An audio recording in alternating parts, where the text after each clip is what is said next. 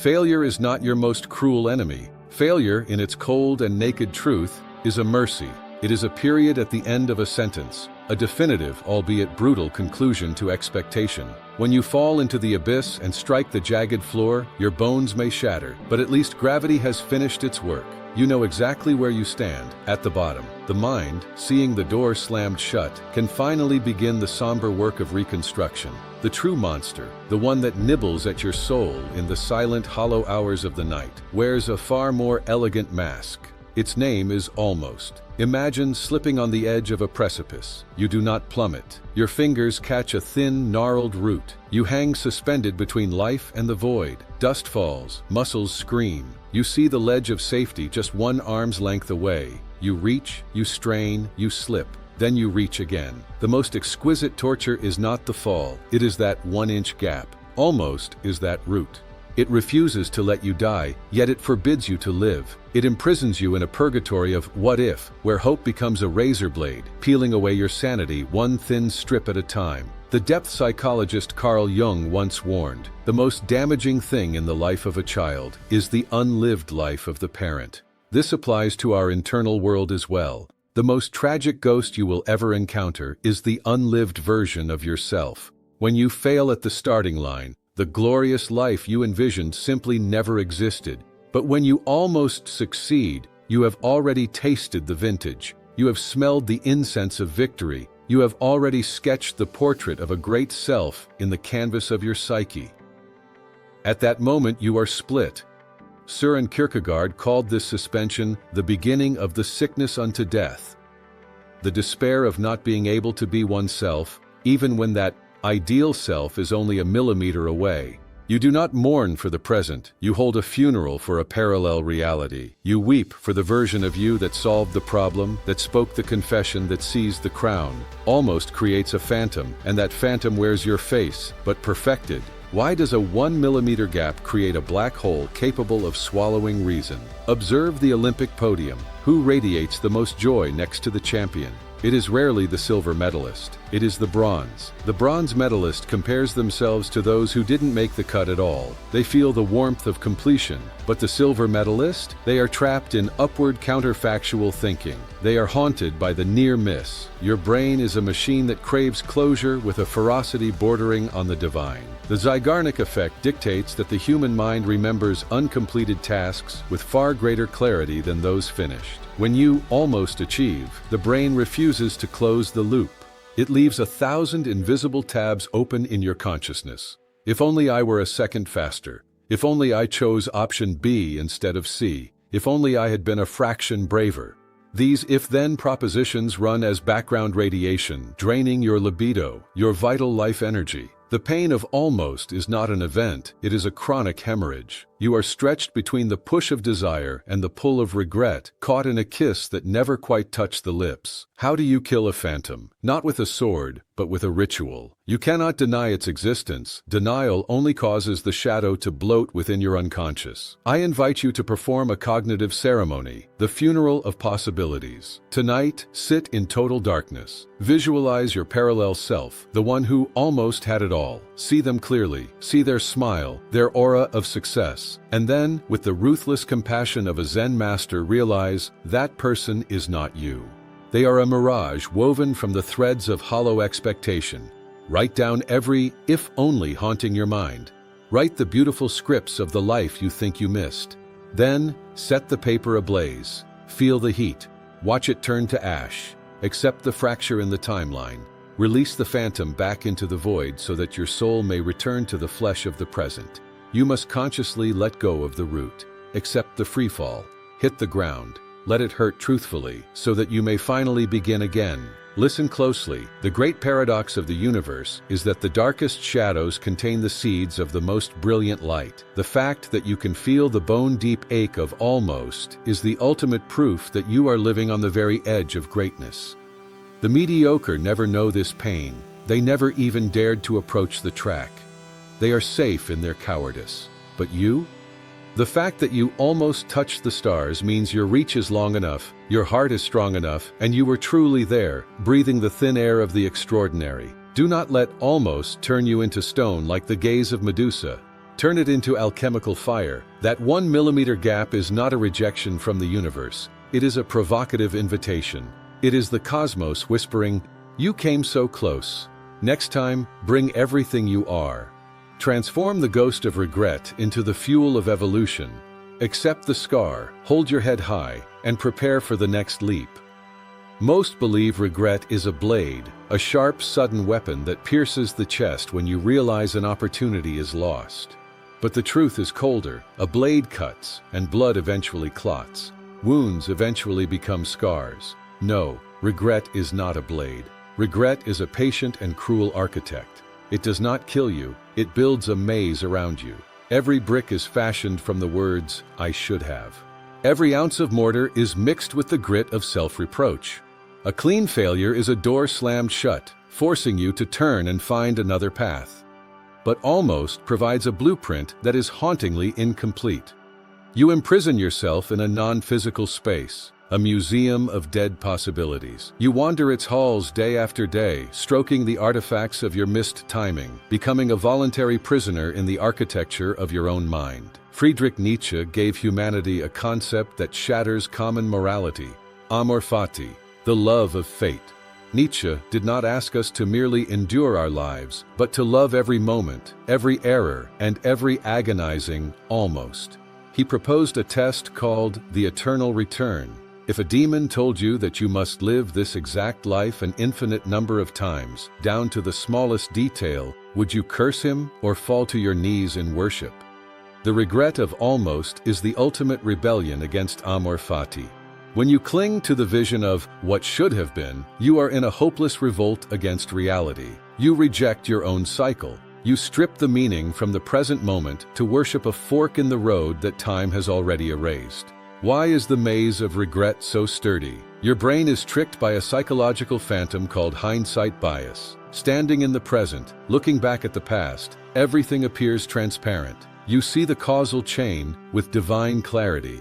You tell yourself, "It was so obvious. Why didn't I take that extra step? Why wasn't I more patient?" But you are cheating. You are using the wisdom of today to prosecute the innocence of yesterday. The truth is, at the moment you made the choice that led to the almost, you were standing in a thick fog. You did not have the panoramic view you possess now. Regret turns your mind into a Kafkaesque courtroom. You are the ruthless prosecutor with all the evidence, and you are also the trembling defendant denied the right to counsel. You condemn yourself for lacking the omniscience of a god. To demolish this maze, you cannot use violence. You must use understanding. I give you a tool, the inventory of chaos. When the regret of almost begins to choke you, take a pen. On the left column, write your accusation. If I did X, I would have achieved Y. But on the right column, I command you to write at least 5 external factors that were entirely beyond your control. The fatigue of your biology, a piece of hidden information, the emotional noise of a separate event, the random decision of a third party, the chaotic clockwork of the universe. Look deeply into that right column. You will recognize your illusion of control.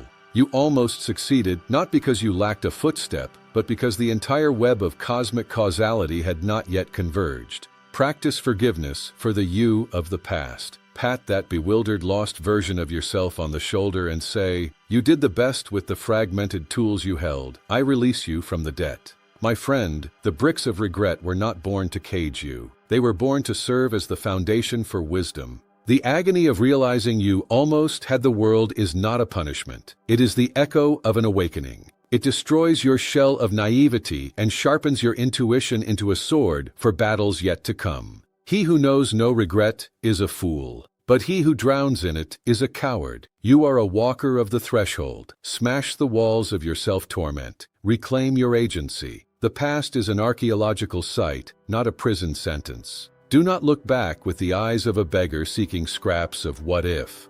Look forward with the eyes of an architect building the what is. It is time to exit the maze, breathe the air of freedom, and live.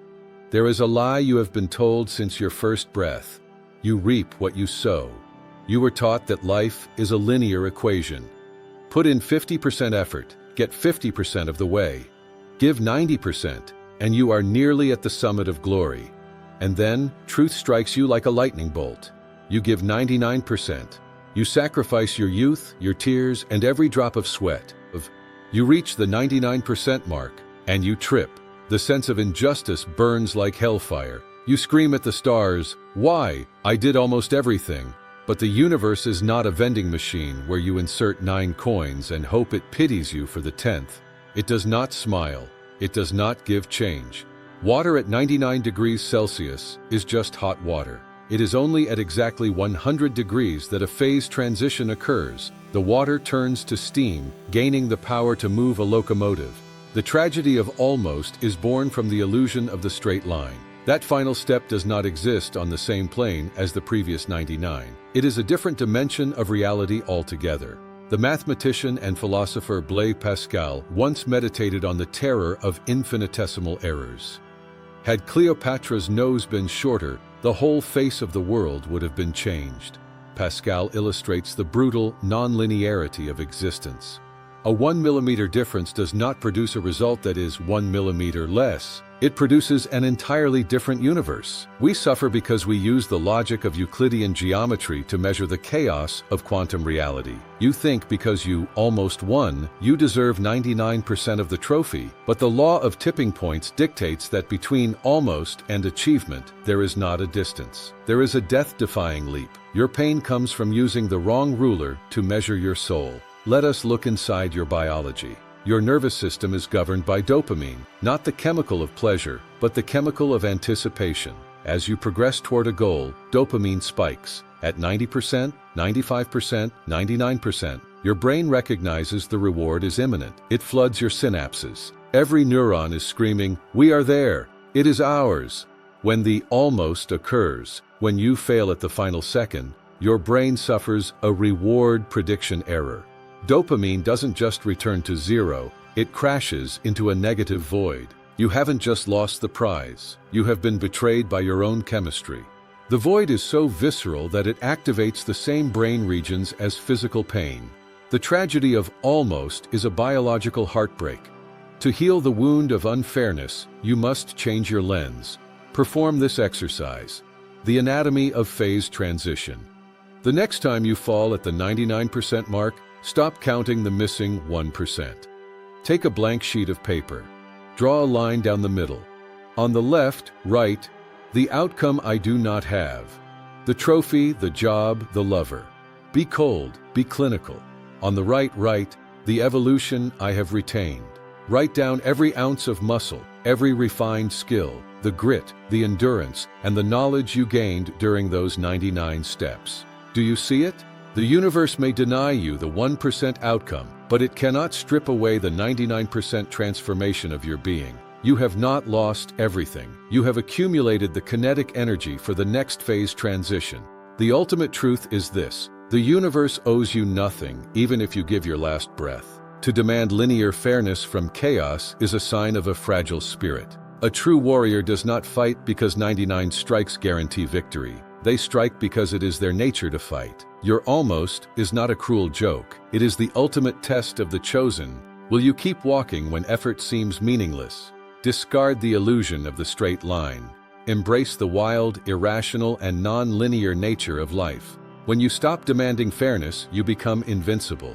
Do not be 99-degree water begging for pity. Be the fire. Burn until you cross the quantum threshold and become the storm.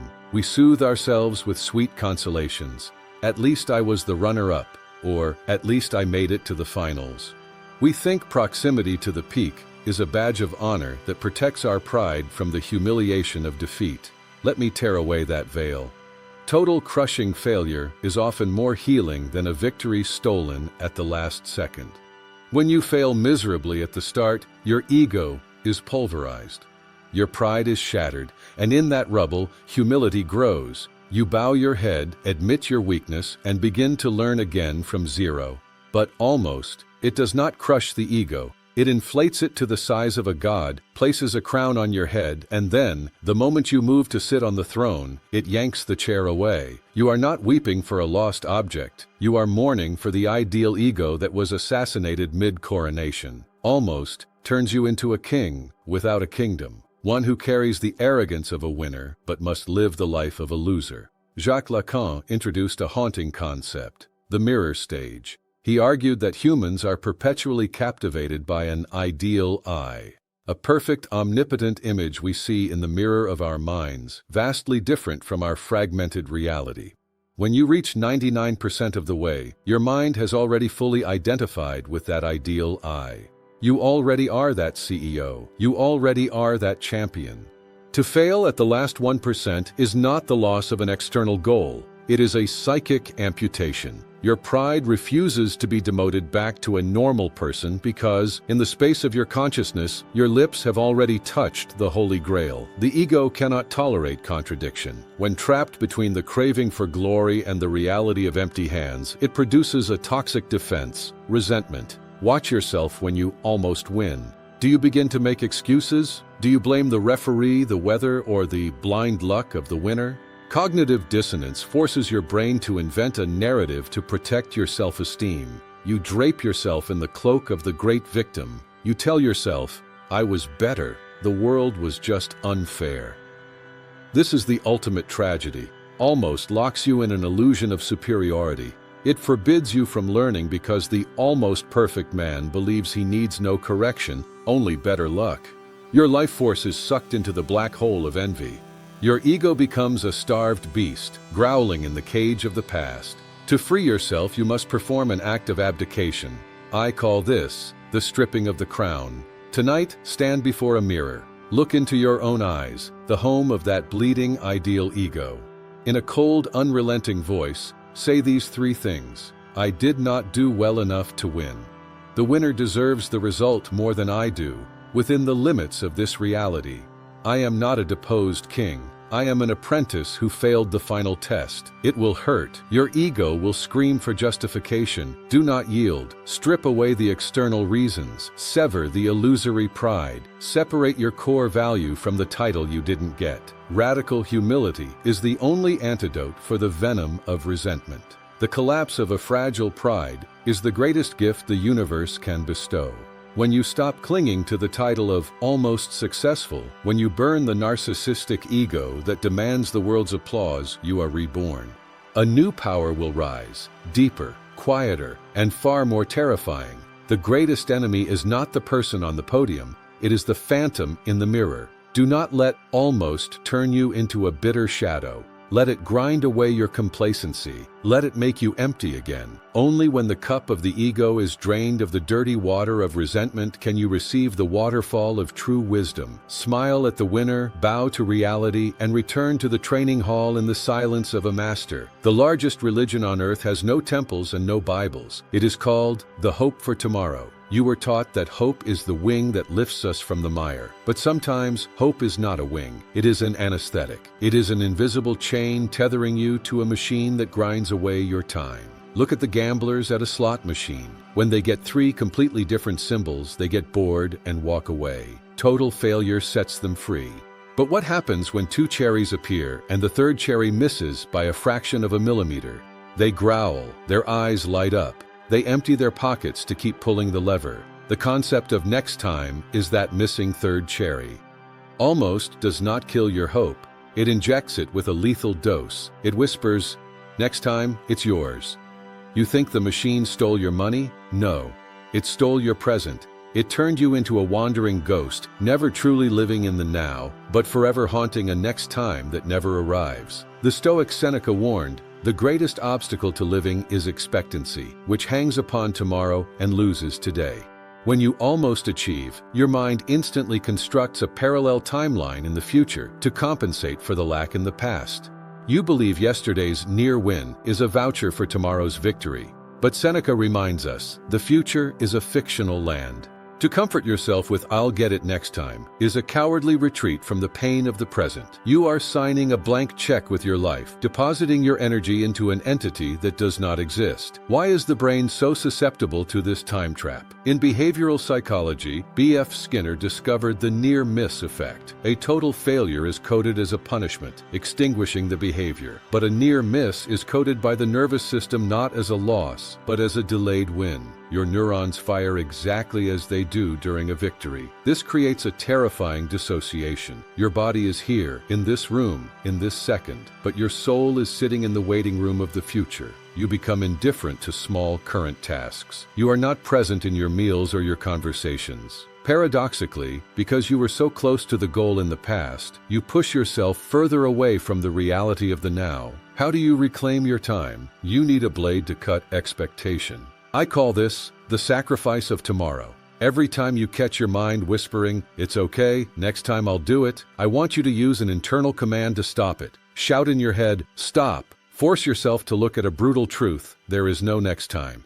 Next time is a lie. This time you lost. This time it is over. Let the pain of reality pierce you without using the future as a painkiller. Then, recall your energy to this exact moment with a grounding exercise. Touch a cold object, listen to a background noise, breathe deeply. Tell yourself, tomorrow does not exist. Next time does not exist. The only thing I control is the movement of my hands in this very microsecond. To kill waiting is to rebirth action. A great soul never lives on borrowed time from the future. Slaves wait for next time. Sovereigns master this time. The universe made you taste almost, not to make you hallucinate about a brighter tomorrow, but to sound a deafening alarm that you were living superficially in the now.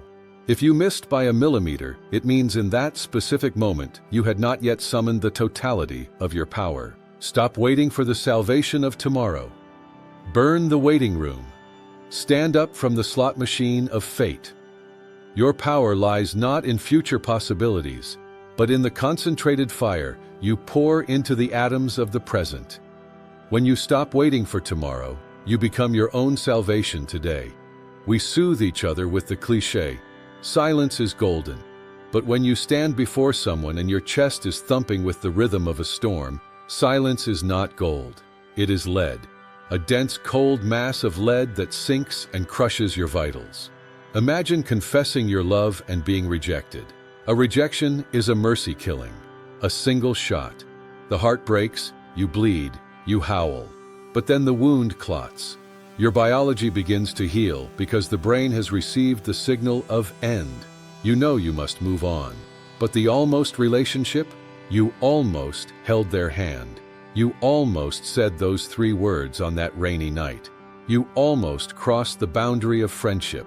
This almost fires no shots. It forces you to swallow a handful of broken glass. Every fragment of hesitation gets stuck in your throat. It doesn't kill you instantly, but every time you swallow, every time you remember that ambiguous look, you bleed. You tell yourself you remained silent to protect the relationship. Ridiculous. To protect a tree from the wind, you uprooted it from the soil. You didn't lose a lover, you created a ghost that will haunt the rest of your days. Sigmund Freud, in his masterpiece Mourning and Melancholia, exposed the line between healthy grief and the prison of the mind. According to Freud, when a loved one leaves, you enter mourning. You grieve for a physical entity that is gone, and eventually your psychic energy is freed. But when a relationship is suspended by hesitation, when it is a voiceless almost, you fall into melancholia. In melancholia, you do not know what you have lost because the thing never officially existed. As a result, your unconscious swallows the image of that person into your own body. The unspoken word becomes a parasite. The lack of a definitive no traps you in an internal dungeon where you are both the jailer and the condemned. Why do almost love stories devastate the nervous system so long? Look through the lens of Gestalt psychology. The human brain is programmed to crave closure. When you see a circle that is 99% complete, your eyes automatically fill in the gap. Invisibility drives the brain mad. In an almost connection, the life force, eros, surges from the core, through the heart, up to the throat, ready to become language. But at that moment, fear of rejection, of shame, strikes.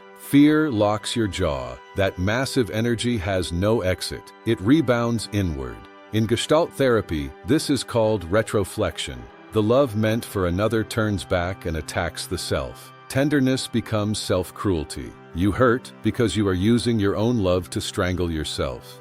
You cannot turn back time, but you can release the lead in your chest. I give you the ritual, the autopsy of silence. Tonight, take a pen. Write a letter to the person you almost had. But this is not a romantic love letter. It is a death certificate. Write down exactly every word your chest hid that day. I wanted to say, I wanted to touch. And most importantly, write the real reason you stayed silent. Do not use noble masks. Confess your cowardice. I was silent because I was afraid of the pain. I was a coward. I preferred the mirage over the truth of a no. When the letter is done, sit across from an empty chair. Imagine their ghost is there. Read the letter aloud. Let the sounds tear through the silence of the room. Give the vibration back to the air. Then, shred the letter. You are not sending it to them. You are sending it to the universe. You are burying a dead branch of time. The greatest tragedy of life is not death, but carrying songs that were never sung to the grave. Suppressing a truth does not make you safer. It only makes you a hollow husk. Almost in relationships is a high price for cowardice disguised as caution. A heart scarred by rejection is more radiant than a heart perfect, but suffocating in the purgatory of regret. From this moment on, vow to yourself, never choose almost again. Love as if the world will crumble tomorrow. Speak your truth not to force acceptance, but to honor the greatness within you. It is better to be rejected and hurt like a real human than to live like a ghost in the unspoken. Open your mouth. Release your storm. Imagine you are standing before the Mona Lisa. If someone throws a bucket of red paint over the canvas, it is destroyed. You feel shock, then you walk away. The work is dead. Total destruction is absolute, and the mind accepts it. But now, imagine the painting is perfectly intact, except for a tiny, hair-thin scratch across the pupil of the eye. What happens? The entire mystery of the smile evaporates. Every stroke of Da Vinci becomes meaningless. Your eye is locked onto that scratch. That tiny flaw swallows the entire masterpiece. This is the paradox of perfection. A total failure is the bucket of red paint. You can throw it away and start a new canvas.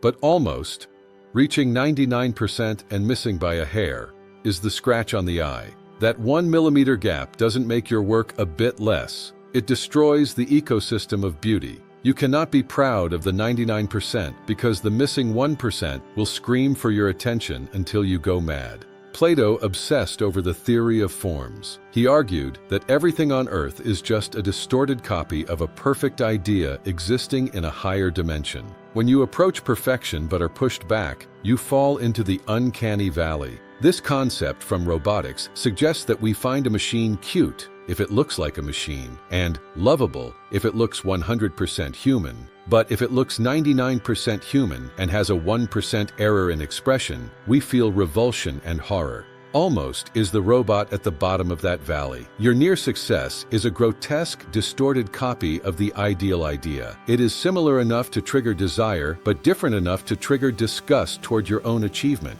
Why does the brain obsess over the 1% error? It is an evolutionary survival mechanism called negativity bias. In nature, a ripe red apple is perfect, but a tiny black speck of mold triggers an alarm. Your ancestors' survival depended not on enjoying the 99% sweetness, but on detecting the 1% poison.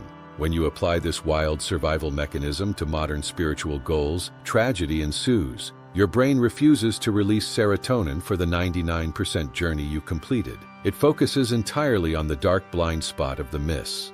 Your psychic energy is narrowed to the size of a needle's eye. You torment yourself not because you are incompetent, but because your cognitive machinery is a paranoid perfectionist. To break the paradox, you must tame the 1% flaw. I invite you to the kintsugi ritual of the mind. Kintsugi is the Japanese art of repairing broken pottery with gold. They do not hide the crack. They make the crack the most brilliant part of the work. Today, take a beautiful blank piece of white paper. Admire its perfection. Then, take a pen, close your eyes, and draw a jagged, ugly line across it. Open your eyes. Observe the discomfort in your chest. The perfection is broken. Now, instead of crumbling the paper, I command you to use that ugly line as the starting point for a drawing. Turn that scratch into the trunk of a tree or the flow of a river. Apply this to your regret. Stop cursing the 1% failure. Gilded it. Tell yourself, this flaw is not the ruin of the masterpiece. It is the unique signature of reality, proving I am a man of flesh and blood, not a machine. Perfection is a sterile illusion. It is a white glass room where nothing can grow. The statues of Greek gods are perfect, but they are cold and dead. That almost perfection is a grace. It pulls you from the arrogance of gods and returns you to the raw, cracked, and sweaty beauty of humanity. In that 1% deviation, your soul finally has room to breathe. True greatness is not possessing a flawless canvas. It is standing before a scarred, battered, and unfinished work and declaring, "It is not perfect, but it is mine, and I love it with all my life." Embrace your scratch, for it is through the cracks that the light gets in. Since childhood, the sweetest and most toxic word whispered in your ear was, "You have potential." You think it's a compliment? No, it's a sentence. Potential is the glorification of what does not yet exist. A great oak tree has no potential, it has reality. Only the seed buried in the dirt has potential, and here is the tragedy. When you fail at the almost level, the world doesn't call you a failure. They pat you on the shoulder and say, "It's okay, you have so much potential, just a little more." And you cling to that word like a life jacket. Almost grants you a badge of honor called the man of potential. You wear it on your chest, walking through a comfortable waiting room of life. You aren't a loser starting from zero, but you don't face the pressure of a champion either. You linger, and then the truth hits. Lingering is too comfortable. Your brain develops a terrifying fear of trying again, because if you try and fail miserably, you lose the potential label. Being almost great castrates your courage, turning you into a man holding a lottery ticket he refuses to scratch, hallucinating wealth while starving on the street. Aristotle defined Western thought with his theory of potentia, potentiality, and actus, actuality. Everything in nature desires to move from potential to full reality. But Aristotle warned, existence in the state of potential is a lower, empty form of being. Almost is being stuck forever in potentia. You have the shape of glory, the talent of glory, the scent of glory, but you have no weight of reality. Jean-Paul Sartre added, "Man is nothing else but the sum of his actions." Almost doing something great is worth exactly zero in the eyes of the universe. No monuments are built for almost vanguards. This paralysis is driven by identity protection. When you get close to the peak, your ego secretly identifies with that greatness. You define yourself as the genius who just hasn't had his break.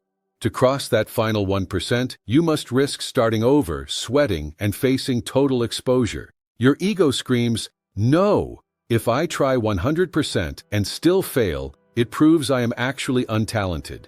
It's better to stay the unlucky one than face the truth that I am not enough." This is why prodigies often fade into mediocre jobs. By never trying their hardest, they always have an exit. "I didn't really try. If I did, I'd be number one." They are addicts of their own false ego. To cure this, you need a bitter dose of truth, the declaration of mediocrity. You must strip yourself of the title Man of Potential. Every morning, stand before the mirror. Instead of narcissistic affirmations, say the naked truth. I am not as great as I imagine. What I almost did yesterday does not define me today. At this moment, I am just a beginner. I have no potential. I only have action. Kill the child genius inside you. Accept being at the bottom. When you strip away the illusion of being special, a terrifying power arises. You have nothing left to protect. And when a man has nothing to protect, he attacks life with unmatched fury. Potential is a debt, not an asset. The more potential you carry without actualizing it, the heavier and rustier your soul becomes. Stop hugging the title of almost successful. The forge of reality doesn't care about what you could do. It only melts what you are doing. It is better to be a rough, sturdy brick in the wall of the world than a perfect blueprint that never leaves the paper. Shatter the cocoon, exit the waiting room, bleed, sweat, and if you must fail, fail completely, with no excuses. Greatness belongs to those who renounce the potential of yesterday to seize the millimeters of reality today. Envy does not happen when you look at those far above you. You do not envy Elon Musk. The gap is too wide. Your ego doesn't even bother. You admire them with pure distance. But the person who keeps you awake, who makes your stomach turn and your chest burn, looks exactly like you.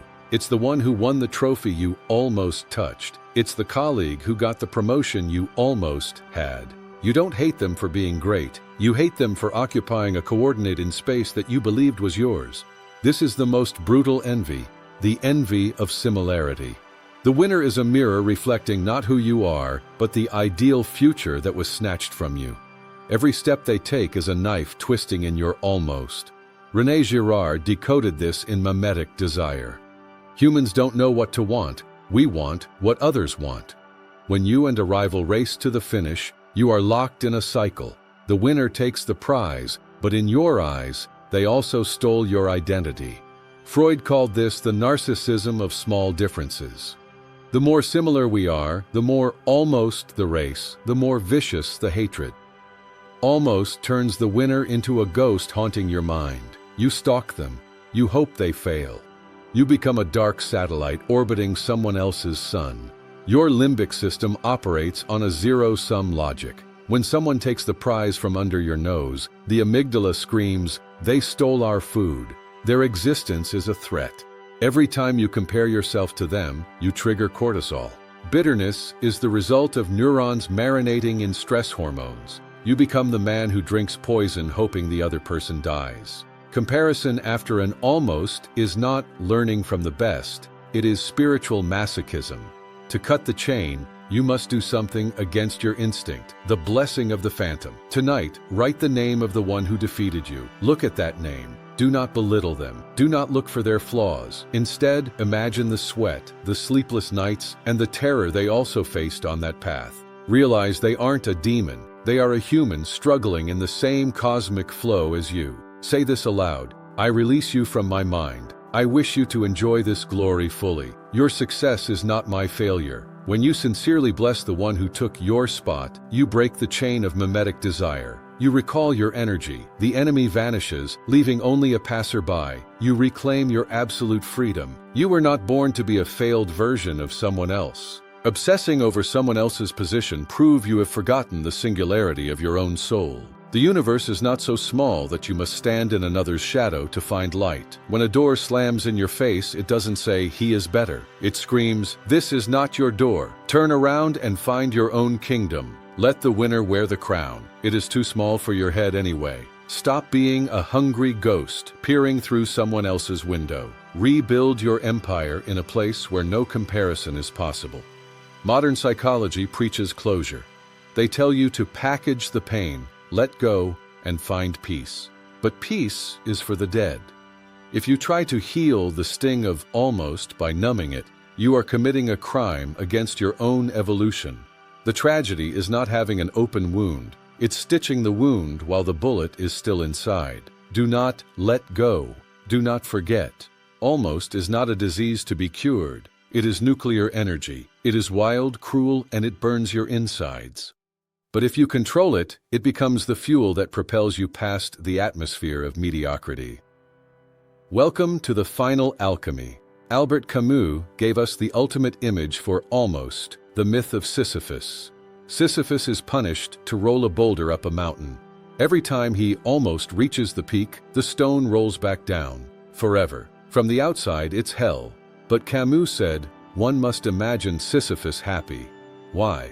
Because in the moment Sisyphus watches the stone roll down, he recognizes the absurdity of the universe and still smiles as he walks back down to push it again. He takes power from the gods by turning punishment into freedom. His strength is not in the result at the top. It is in the iron will of the climb. When you change your frame of reference, energy changes. Instead of seeing almost as a deficit, see it as velocity. The anger, the regret, the pain. These aren't psychological trash. In thermodynamics, energy is never destroyed, only transformed. The pain of the missing 1% is a massive propulsive force. The almost successful are thrown into the forge with the highest heat. The pressure of incompletion, Zeigarnik, will compress you. If you don't let it turn into resentment, it turns you into a diamond capable of cutting any obstacle. Pain is information. The peak of life is the ability to eat the pain and transform it into the sharpness of wisdom. Stand up. Root your feet. Breathe in all the pain of every almost in your life. Feel it in your blood. Open your eyes and vow, I thank the universe for denying me that prize. I thank it for the fall at the 99% mark. For if it were easy, I would be weak. I am no longer a victim of almost. I am a beast fed by the missing. I will use this fire to incinerate every obstacle in my path. The stone has rolled down, and I am smiling as I descend to push it again. 10 parts of darkness are over. Now it is dawn. Almost is only a tragedy when you are a spectator weeping for your fate. But you are the author. You are the warrior. You are the alchemist. The fact that you were so close proves the blood of the extraordinary runs in your veins. Do not ask for safety. Do not ask for fairness. Dive into the irrational and fierce nature of life with a heart of flame. The stone will roll down again. You will face almost again. But next time, you will not break. You will stand at the top, watch it fall, and laugh a laugh that shakes the stars. Step out from here. Embrace your unhealed scars. Push your chest forward, and live a life so deep, so fierce, it cannot be destroyed. Your true journey begins now.